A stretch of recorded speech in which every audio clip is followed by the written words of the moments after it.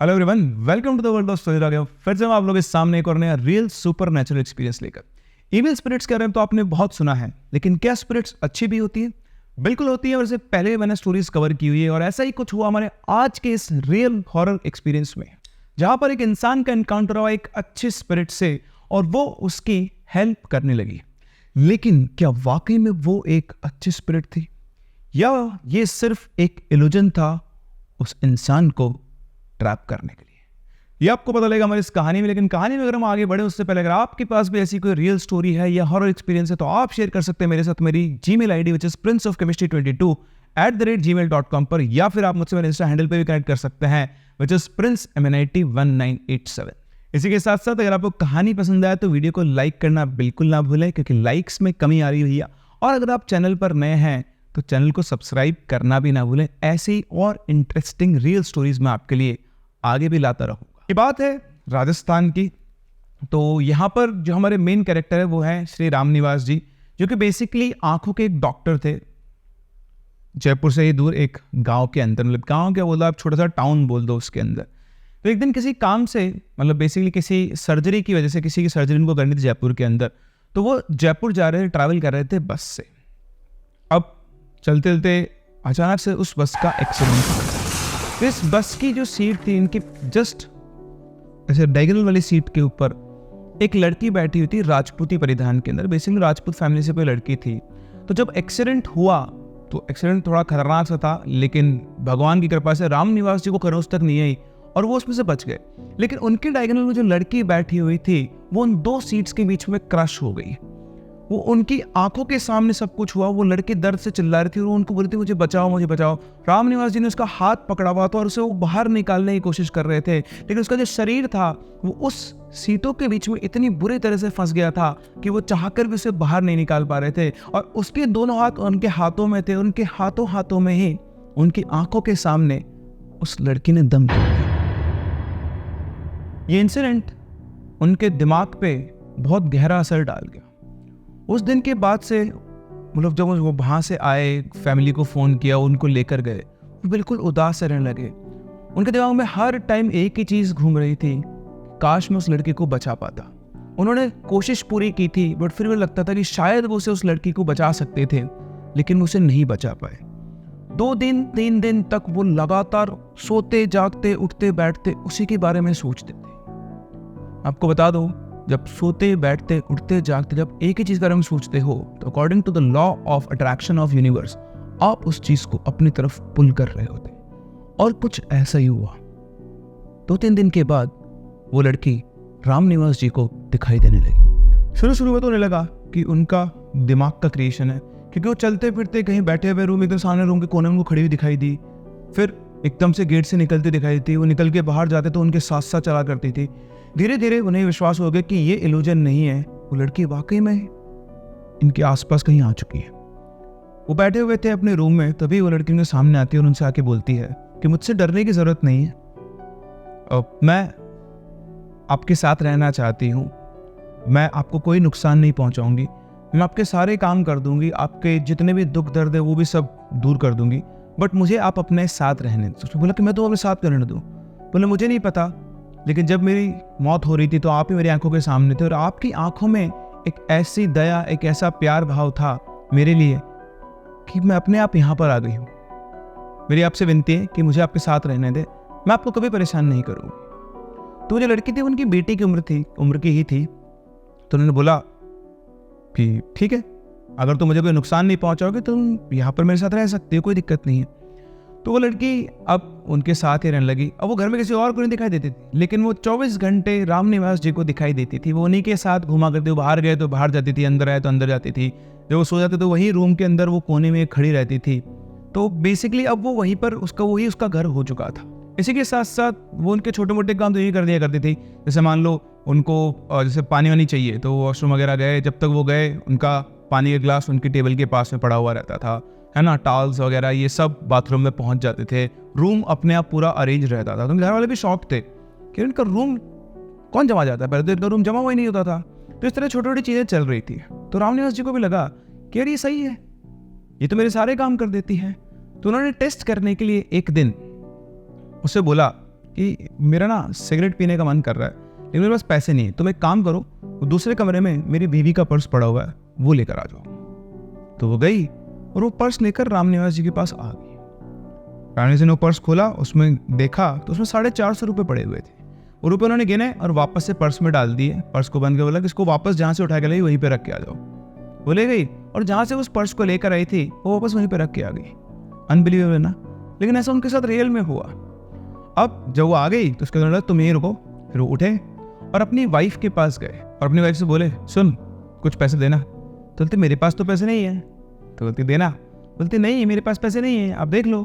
तो मुझे सब पता है, तेरे पर्स में उस अंदर वाली पॉकेट के अंदर 450 रुपये पड़े हुए, 400 के नोट है और एक 50 का नोट है। तो बोलती आपको कैसे पता? तो बोलते मुझे सब पता है। तो बोलते नहीं मेरे पास में पैसे नहीं है। तो उन्होंने निकाला तो वाकई में 400 के और 50 का नोट उसी जेब के अंदर पड़े। तुमको सब कुछ पता था। तो उन्होंने बोला देख ये पड़े। तो बोला आपको ये बात कैसे पता है, आप मेरा पर्स चेक करते हो? बोलते नहीं मैं तेरा पर्स चेक नहीं करता, लेकिन मेरे पास एक ताकत है जिससे मैं जो चाहूँ वो पता कर सकता हूँ और काम करवा सकता हूँ।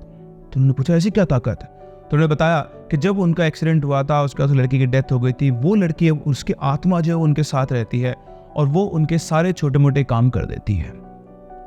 अब सारी फैमिली को जब पता लगे तो समझ में आया कि हाँ कुछ ना कुछ चक्कर तो है। जब ये अपने आप में ही मस्त रहते हैं, आजकल जैसे ज़्यादा कुछ बातचीत भी नहीं करते हैं। तो उन्होंने बोला कि ये क्या बात कर रहे हो, वैसे कोई आत्मा घर में रखते हैं क्या? तो बोले नहीं तुम परेशान मत हो, वो हम में से किसी को कोई नुकसान नहीं पहुँचाएगी। खैर तो उन्होंने कहा ठीक है अगर आपको ऐसा लगता है तो। फिर थोड़ा भी लगा कि शायद ना इनका वो सदमा लग गया इनको उस एक्सीडेंट से, और लड़की क्योंकि उनको पता है कितना क्लोज जब आपका इनकाउंटर होगा तो आपके दिमाग में लगता है दिमाग में कुछ ना कुछ क्रिएट कर रहे हैं, इनको अपन ना ज़्यादा रजिस्ट नहीं करते हैं ना दिक्कत। तो सभी हाँ ठीक है पापा आप रहो आराम से, कोई दिक्कत नहीं है, बस वो आपको नुकसान नहीं पहुँचा। बोले नहीं वो किसी को कोई नुकसान नहीं पहुँचाएगी। अब सारे घर वालों को पता। अब वो उसका डेली था, वो लड़की हर शाम के टाइम पे दिन में कभी भी आया करती थी रोजाना, बीच बीच में वो गायब भी हो जाती थी बट मोस्टली वो आती थी। और एक और चीज़ थी कि वो हर दिन बिल्कुल नए कपड़े, अलग तरीके के कपड़े पहन के आती थी। हो सकता है जब वो जिंदा रही हो उसको अलग अलग ड्रेसेस पहनने का शौक हो, तो वो शौक वो अपने स्पिरिट वर्ल्ड के अंदर पूरा कर रही थी। अमेजिंग सा वो है एक्सपीरियंस, अजीब सी वो है। ऐसा लगता है कि ये सब कैसे पॉसिबल है, बट जिनका एक्सपीरियंस है उन्होंने मेरे साथ शेयर किया और मैं आपके साथ शेयर कर रहा हूँ। तो ऐसे ही रामनिवास जी बैठे हुए थे, बैठे बैठे वो सोच रहे थे। तो उसने पूछा कि आप क्या सोच रहे हो? तो उसने बोला कि सैलरी का दिन आने वाला है, जब से एक्सीडेंट हुआ है मैं हॉस्पिटल गया ही नहीं हूँ, पैसे कैसे आएंगे? पैसे भी तो चाहिए घर से लाने के लिए, पैसे तो है ही नहीं। तो उसने बोला कि आप परेशान क्यों होते हो, आप एक काम करो हॉस्पिटल जाओ और वहाँ से आपको सैलरी मिल जाएगी। तो बोलता है मैं 1 महीने से हॉस्पिटल गया ही नहीं, मुझे सैलरी कौन देगा? तो बोलते हैं आप जाओ तो सही, आपको सैलरी मिल जाएगी। तो उसके कहने पर वो जाता है। वहाँ जाते हैं तो वहाँ जाकर वो देखते हैं कि उनका जो रजिस्टर था अटेंडेंस वाला, उनमें उनकी सारी प्रेजेंट लगी हुई है, कोई एब्सेंट है ही नहीं। और जब वो गए जो उनका कैशियर होता उसके पास, तो उसने उनकी सैलरी उनको यूँ की थमा दी। तो उसने से पूछा कि यार मैं तो 1 महीने से आया नहीं, तो मेरे को पूरी सैलरी दे रहा है। तो वो कुछ और ज़्यादा आगे कुछ बोलते थे, वो उनके कान में बोलती है कि अब ज़्यादा बात मत कीजिए वरना बात आगे तक पहुँच जाएगी, चुपचाप अपने पैसे लीजिए और घर जाइए। उसकी बात सुनकर वो चुपचाप, उसको अपने पैसे से काम था, पैसे लिए और वो अपने घर पे चले गए और बहुत खुश थे। अरे वाह ये बहुत बढ़िया है, हॉस्पिटल जाना भी नहीं पड़ा, काम भी नहीं करना पड़ा और पैसे भी आ गए। अब उनको उसके ऊपर और ज़्यादा विश्वास हो गया था और ज़्यादा वो उनको उससे प्यार हो गया था। तो शाम को जब वो उनसे मिलने आए तो उन्होंने बोला कि बेटा तुम मेरी बेटी की तरह ही हो और अब से हम दोनों में बाप बेटी का ही रिश्ता रहेगा, हम दोनों मैं तुम्हें आज तक नाम से बुलाता था, अब मैं तुम्हें बेटी कह के ही बुलाऊंगा। तो वो भी बहुत खुश हुई और उसने बोला हाँ, और मैं भी आपको आज से पिताजी कह के बुलाऊंगी। और इस तरह से एक नया रिश्ता बना बाप और बेटी का, जो कि एक था ह्यूमन वर्ल्ड में और एक थी स्पिरिट वर्ल्ड में। और अब एक बेटी की तरह ही वो अपने पिताजी को तकलीफ नहीं होने देती, हर छोटा मोटा काम वो यूं ही कर दिया करते थे, उनको उठने तक की जरूरत नहीं पड़ती थी। और उनको भी कोई भी छोटा मोटा काम करवाना होता था तो वो उसको बोल दिया करते थे और वो सब हो जाता था। फिर एक दिन की बात है, वो वापस से बैठे हुए थे अपने बेड पर और कुछ सोच रहे थे, थोड़ा उनका चेहरा चिंता में लग रहा था। तो वापस से बोलते कि पिताजी आपको किस बात की चिंता है? तो बोलते हैं कि एक्चुअली क्या ना, मुझे एक घर बनाना था है ना, और मतलब मेरी बहुत इच्छा है कि मैं इस घर को बनाऊं। तो बोलते ठीक है ना, तो आप काम शुरू करो, तो दिक्कत क्या है? तो दिक्कत ये है कि मेरे पास पैसे नहीं है, मतलब मेरे पास पैसे तो हैं लेकिन पैसे क्या है, लोगों ने मुझसे उधार लिए और आज कई साल हो गए मुझे पैसे वापस नहीं दे रहे हैं। तो उसने कहा कि आप एक काम करो, आप मकान का काम शुरू करो। तो उन्होंने बोला काम कैसे शुरू करो बेटा, शुरू करने के लिए पैसे तो होना चाहिए। बोले आप काम शुरू करवाओ और आपने जिस जिसको पैसे उधार दिए हुए हैं उनसे पैसे मांगो।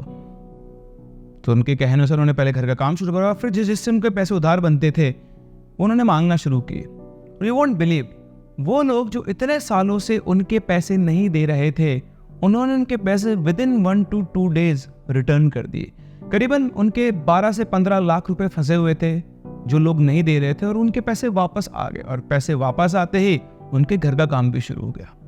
वो बहुत खुश हुए, उन्हें बहुत मतलब वो अब पहले तो ऐसे सोचते कि उसको यूज कर रहे हैं, बट अब वो उससे बहुत प्यार करने लगे थे और वो उसके टुवर्ड्स अपना अफेक्शन शो करने लगे थे। उन्होंने कहा बेटा अगर तू नहीं होती तो मेरा घर कभी बनता ही नहीं। तो उन्होंने बोला कि आपको चिंता करने की जरूरत थी, मैंने आपसे पहले दिन भी कहा था। अब यही बात खुश होके आदमी किसको बताता, अपनी फैमिली को। तो अपनी फैमिली के पास गए, उन्होंने सारी बात बताई कि देखो ऐसा ऐसा इस बेटी ने किया। अब वो लोग सब घबरा गए। उन्होंने बोला एक दिन चुपचाप उनसे पूछा कि वो यहाँ है तो नहीं। तो उन्होंने बोला कि नहीं अभी तो यहाँ नहीं है। तो बोला देखो ऐसे हमें नहीं पता क्या है क्या नहीं है, आपके दिमाग में है या कुछ है, पर जो भी है ऐसे किसी आत्मा को अपने घर में नहीं रखते, इनका कोई भरोसा नहीं है। तो बोलते तुम लोग क्या बात कर रहे हो, इसने आज तक कभी मेरा नुकसान नहीं किया, मुझे फायदा ही किया है। बोले वो सब ठीक है बट क्या पता कब कल को ये बदल जाए।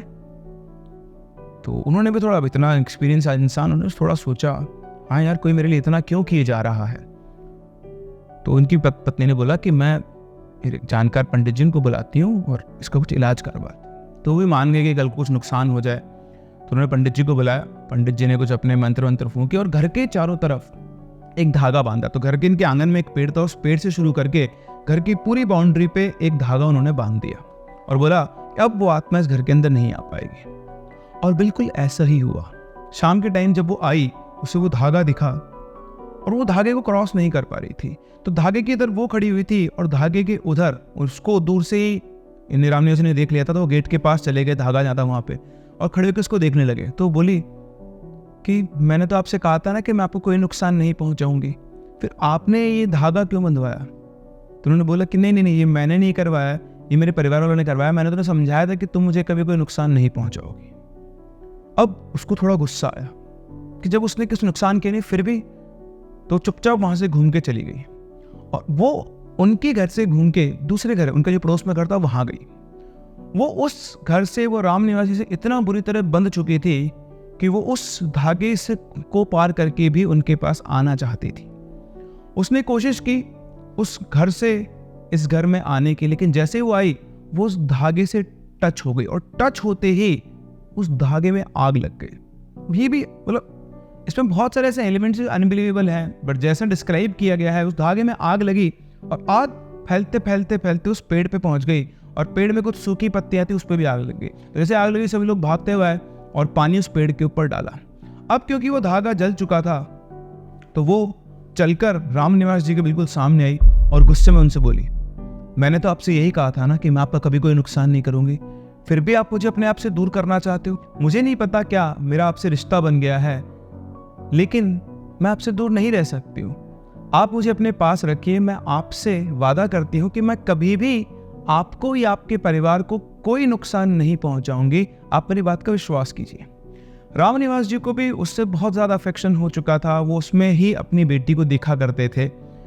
उन्होंने फिर अपने परिवार को लगा कि अब मैं तुमसे वादा करता हूँ कि तुम्हें यहाँ से कोई नहीं भगाएगा, तुम्हारा भी घर जितना ही मेरा घर है उतना ही तुम्हारा घर है और तुम जब तक चाहो हमारे साथ यहाँ पर रह सकती हो। और इस तरह से बना एक बाप और बेटी का नया रिश्ता। आज भी वो लड़की वहीं पर उस घर में उस फैमिली के साथ रहती है, उनकी छोटी मोटी बड़ी हर तरह की उलझनों को वो दूर करती है और उसने आज तक किसी को कोई नुकसान नहीं पहुंचाया। आपको क्या लगता है, क्या वाकई में ये पॉसिबल है?